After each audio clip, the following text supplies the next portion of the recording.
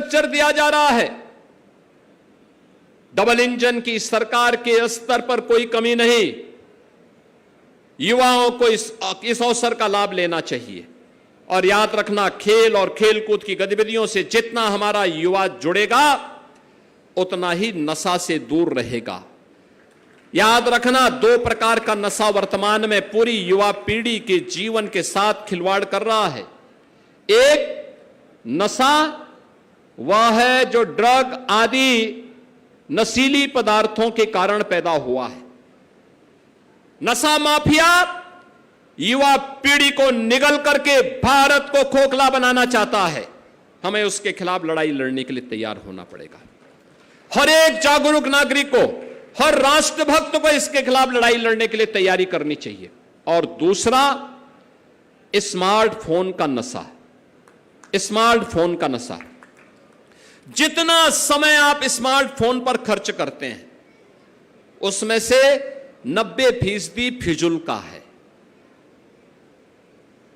10% ही मात्र आपके उपयोग के लिए भी नहीं है। अगर वह 6 घंटे 5 घंटे आप बचत कर सकें, उनमें से केवल 1 घंटा अपने शरीर के लिए दे सकें तो स्वस्थ हो जाएंगे। शरीर स्वस्थ होगा तो मस्तिष्क स्वस्थ होगा। मस्तिष्क स्वस्थ होगा तो भारत को सशक्त और समर्थ बनाने में आप अपना योगदान दे पाएंगे और बेहतरीन योगदान दे पाएंगे। मानसिक तनाव से बचे रहेंगे। हर प्रकार की, किसी भी प्रकार की चुनौती से अपने आप को मुकाबला करने के लिए तैयार पाएंगे। और उस तैयारी के लिए आज अपने आप को तैयार करना। एक पहलवान दंगल करने के लिए जाता तो सबसे पहले उसके लिए क्या होता है? किसी भी खिलाड़ी के लिए पहला नियम क्या होता है? आत्मानुशासन का होता है, आत्मसंयम का होता है। समय पे जगता है, समय पे सोता है, खान पान के नियमों का पालन करता है, गुरु शिष्य की परंपरा का अनुपालन करता। आप देखते होंगे जब पहलवान आता है अखाड़े में, कोच को भी प्रणाम करता है और अपने उस्ताद को भी प्रणाम करके वहां आता है। यानी श्रद्धा का यह भाव उसे आगे बढ़ने के लिए प्रेरणा देता है, उसको एक ताकत देता है। क्योंकि पुराने जो खिलाड़ी हैं, पहलवान हैं, पुराने उस्ताद हैं, ये कोचेज हैं, इन्होंने अपने जीवन को तपाया है, खपाया है। अलग विषय है और उनके समय में संसाधन नहीं था, प्रोत्साहन नहीं था। अन्यथा उनको भी प्रोत्साहन और संसाधन मिलता, वे भी अंतर्राष्ट्रीय स्तर पर भारत का नाम आगे कर सकते थे, बहुत आगे कर सकते थे। उस समय की सरकारों के एजेंडे में खेल नहीं था, युवा नहीं था।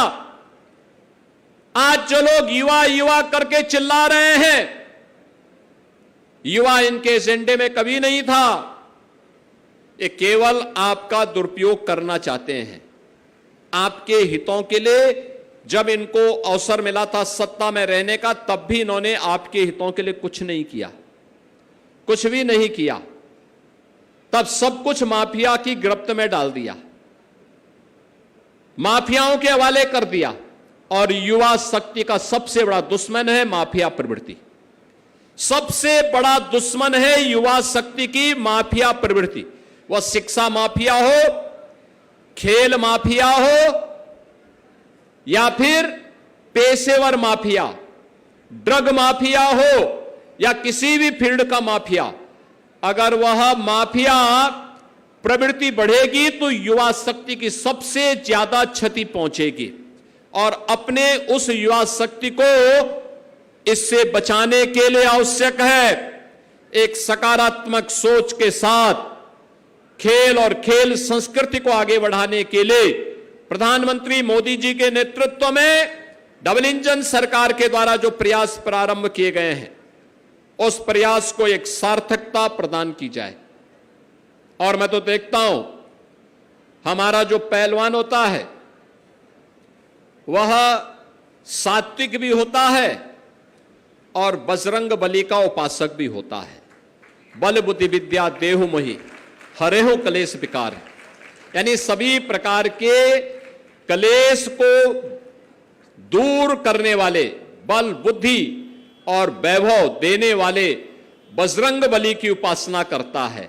बजरंग बली के उपासक हमारे पहलवानगण आज पूर्वी उत्तर प्रदेश के अलग अलग जगह से, अभी मैं देख रहा था कितना शानदार कुश्ती गाजीपुर और गोरखपुर के इन दोनों पहलवानों ने यहां पे वीर अभिमन्यु के लिए यहां पर किया था। कितनी शानदार कुश्ती की थी।